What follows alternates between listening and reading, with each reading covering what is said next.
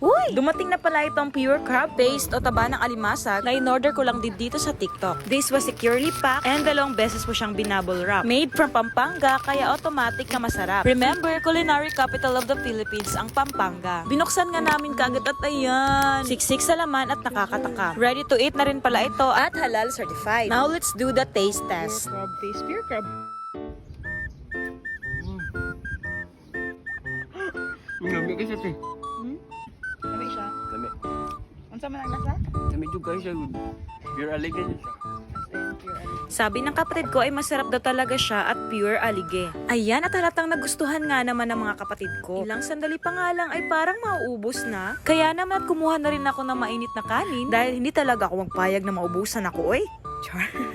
Pero in fairness ha, no joke, masarap nga talaga siya. Meron siya mga buo-buong alige, hindi siya ganun ka-oily, hindi siya maalat, sakto lang yung timpla. So hanggang dito na lang.